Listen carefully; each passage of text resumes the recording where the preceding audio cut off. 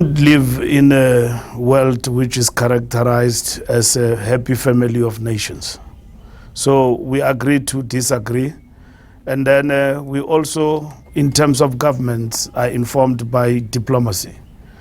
What we are not in the terrain of diplomacy. We are in the terrain of struggle for liberation. And that struggle is informed by our internationalist character.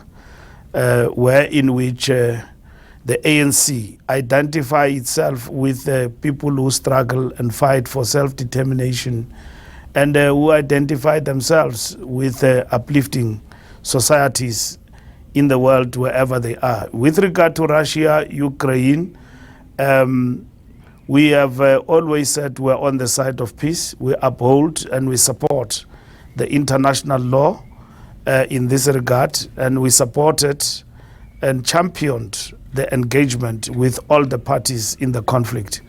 Our president, on the side of heads of state in Africa, was part of a mission of the African continent, because we believe not to act alone but to work with others, and that's what we supported. And at the party level, we engage at the civil society level and at the governing parties which are in power and their diplomatic offices in our country.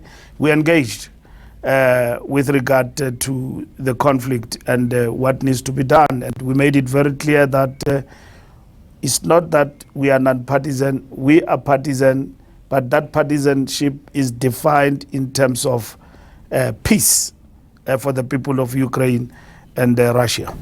You had to engage the ambassador of the United States of America because this matter also affected the relations between South Africa and the United States of America. You had that important meeting.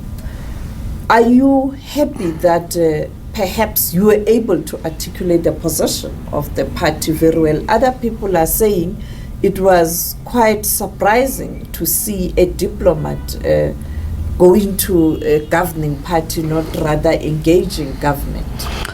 First and foremost, the American ambassador engaged with government. The engagement with the party was quite cordial in terms of, government-to-government relations. It's an option that he had to engage with us or not to engage with us. And then the point is we expressed our displeasure about him talking about our country in the way he did. And then he apologized, not to us only, but through our minister. He did apologize. We were simply reverberating what government has already done, but at the same time conveying to them that we don't take it kind as a party. And as patriots who love their own country, who fight for their own country, who fought for freedom in this country, that our country can be characterized in those terms as a rogue state, that we will support people in war and give them arms in the manner in which it was alleged by him. That was a reckless statement, which I think we express it openly and direct to him. And it has now been proven beyond reasonable doubt that his allegations were unfounded. Now actually, people are pushing that he be recalled, but he is still in the country. In terms of the ANC, what is your position? Are you satisfied that you have been able to address this issue and you are happy and no action is needed? When the president spoke recently, he spoke about the loss in terms of the economy after those statements. We have achieved a lot through shuttle diplomacy of our government, and we salute them. As much as people downplay the importance of AGOA, is very important in terms of trade relations. And the benefits of AGOA in terms of trade relations in South Africa are there to see. If AGOA were to shut down, a lot of people in Port Elizabeth will go hungry and unemployed, because that services the big automobile industry in that part of our country. It will only be a reckless government that acts without taking into the interest of the people. Remember, to us, this is the year to serve the interest of our people. And we had to do a lot of shuttle diplomacy, and we got AGOA going, and it came here in South Africa. All other things and speculations about us being a rogue state were fought decisively, and they were proven to be unfounded. And that's what a responsible government does. And of course, as a party, we have always voiced our point that the ambassador, we don't think if it's as a diplomat to still be in our country, but the President of the United States have insisted that he will stay. So look, when you fight battles, you choose what is fundamental and what is it that you can still pursue to the latter. And in this particular instance, we have made our point, and it's not our favorite, and we don't think is actually a diplomat, who can be here in our country with such recklessness. But it's the choice of the Americans to maintain him here. And I think to a certain extent, he himself has seen that not being a diplomat and being a military man doesn't work. In this instance, he's got to respect people and nation states. He can't just run roughshod over us. We are a state and will protect that to the end.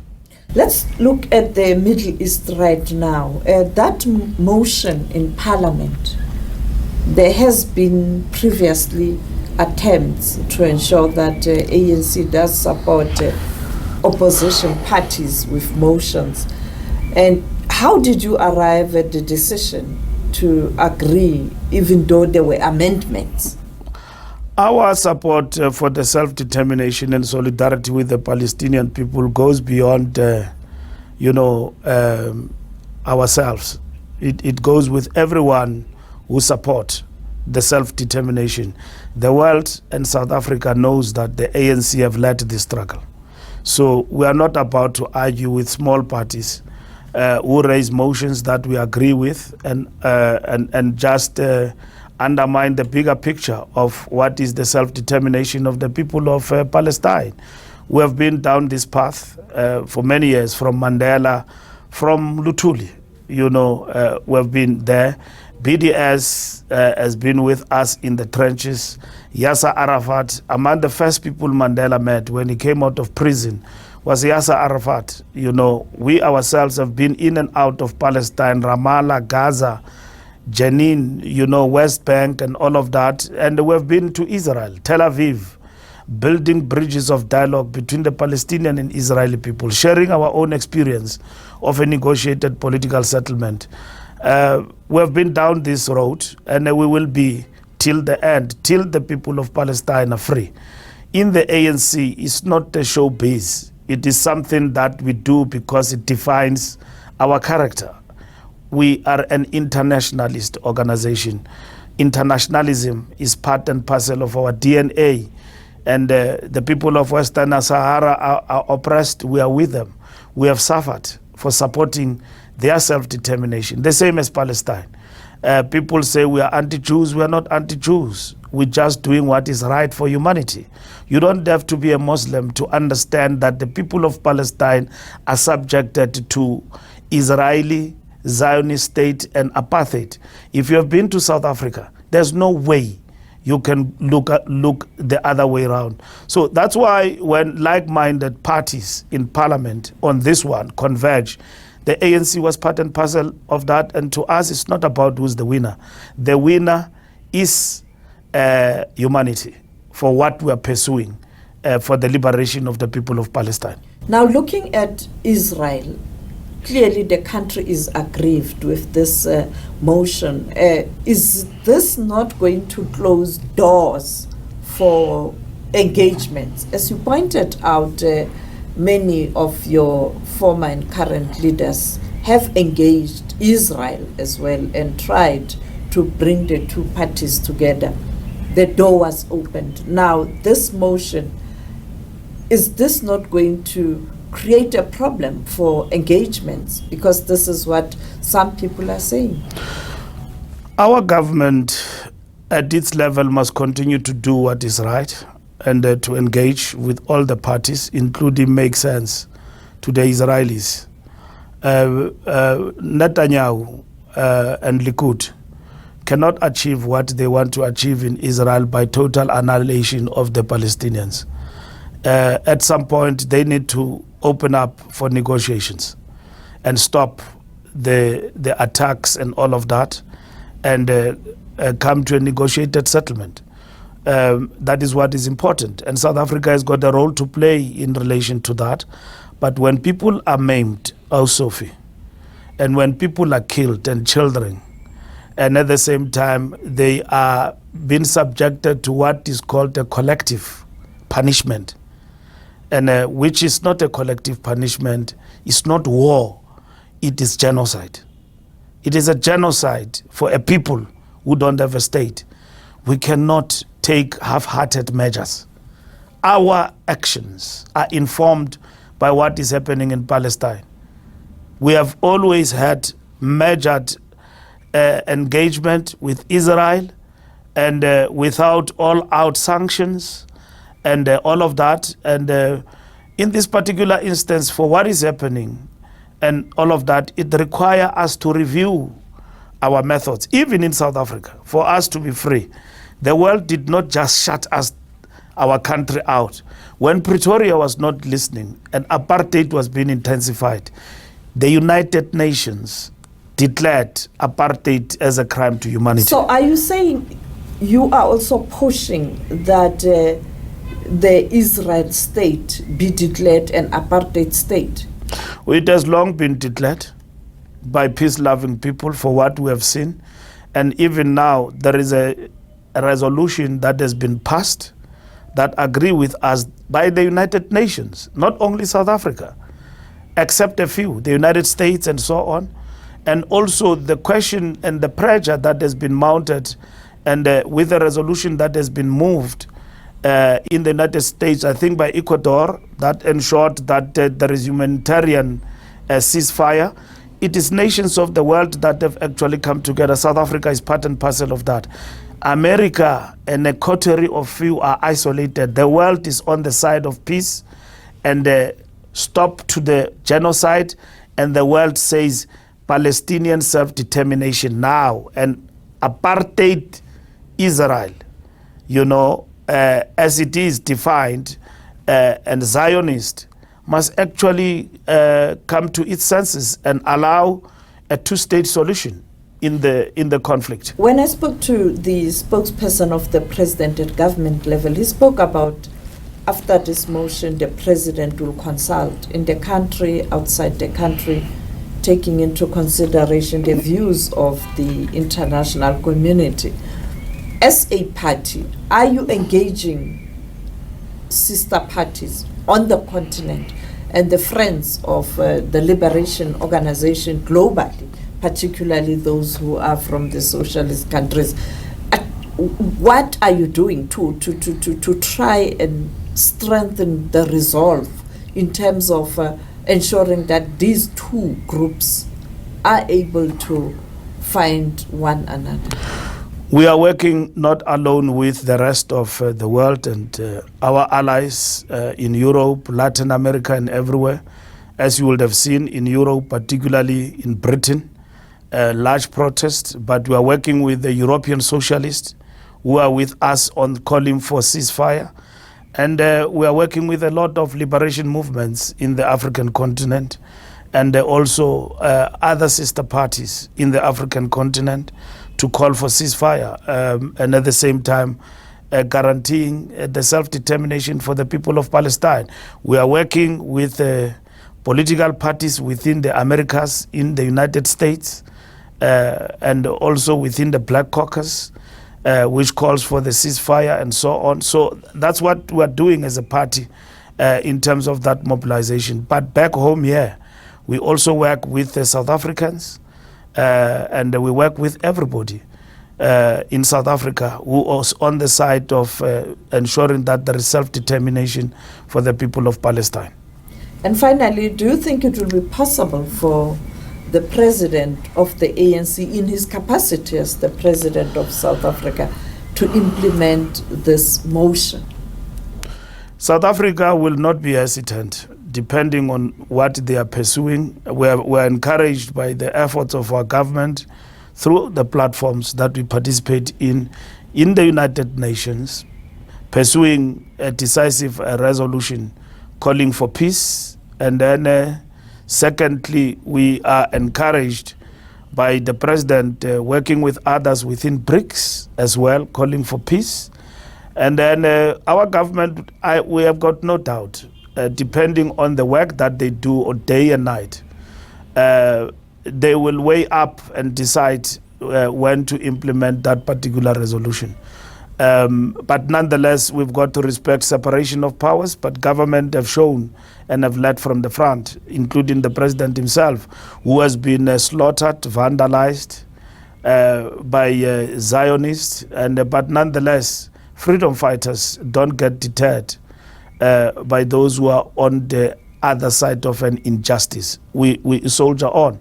Ramaphosa leads a party that fight for liberation of humanity and peace and justice for all. And that is why he's at the helm of that party. They like it or not, there will be no surrender with regard to the path we're embarking upon. And our government must know all the time that we are behind them. And that's why we supported the motion with all political parties led by the EFF, and we amended the motion. And let's work together and ensure that all of these things that we're talking about and demands are met. There was an announcement of a truce. We were expecting today that those who were taken hostage and also Palestinians in prisons, there will be movement. It looks like it's not happening. Do you still trust that the two parties will implement this agreement facilitated by Qatar, Egypt, the US, behind the scenes also playing a prominent role? Do you think finally this agreement will be implemented? Are you getting information from those that you communicate with in relation to this matter? Netanyahu's war talk and intransigence is what is scampering peace. That's what we know. Immediately on the eve of the implementation of this truce, he then went to the press and said that Hamas must be chased wherever they are. And then that's what he did. So that's a warlord. I mean, we are not wrong every day about our decision to take him to the ICC, and that they must be investigated for violation of human rights. And Netanyahu is a warlord. There's no other definition for that man. He's a warlord and who's a law unto himself. He's killing, he's doing everything. When there is an opportunity of peace, he's actually working against it. There is agreement here, which we support between the parties. And I saw Cameroon was also in the Middle East and talking to both sides and all of that. And South Africa must continue also to play its part and talk to Israel and everyone else. So all those avenues must be exhausted. And the peace summit that was held in Egypt also, as our president dropped everything and went to that peace summit, is part of the important initiatives of open up dialogue. At the end of the day, we are very much convinced that there will be brokering of truce out of these processes. But Netanyahu is unrepenting and blocking every moment and avenue of peace in this instance. What could be the reason? It is the nature of him. I think Likud party and in Israel and so on pursuing that line, and that's what won him to be in power. And I don't want to compare him to the Labour Party led by Peres. Personally, I had an opportunity to engage with the Labour Party in Israel, and when we're building bridges of dialogue in Jericho between the Fatah movement, the PLO together with the Labour Party, And on the other side, it was the Israelis and us coming in as the Socialist International, sent there by Antonio Guterres at that time when he was president of the Social International, and so on. And there's always been, a possibility and a movement of talks. Once they came into power in Israel, everything stopped. And nothing will be resolved through the barrel of a gun. All what has happened is casualties and the death of people. Give the Palestinians their self-determination and let there be agreement. Like the talks that started and collapsed in Camp David, let's go back and even go further and persuade all sides to come close and guarantee Palestinians their state. And that is what is important here. And other people will not understand this because in South Africa, some of the political parties, it's just political opportunism. They don't understand what it means to suffer and at the same time for people of Palestine and to be killed and to be subjected to that oppression you see there. You go through that process on a daily basis, and the people go through that. If you lived under apartheid, there's no way you will support what is happening there. And I hear some of our people here talking what they say. And we talk to everybody in our country because some of the people are South Africans. The Jewish board is South Africans. We talk to them. And about our position. We are unapologetic, we move. And we are not anti-Jews. Jews themselves, some, are on our side. They understand what is going there. It's not war, it's genocide. And Jews who have been part of our liberation struggle and are still here, they will see that what is happening there is incorrect and must be challenged. And they stand on the side of justice. And that's where we are as humanity.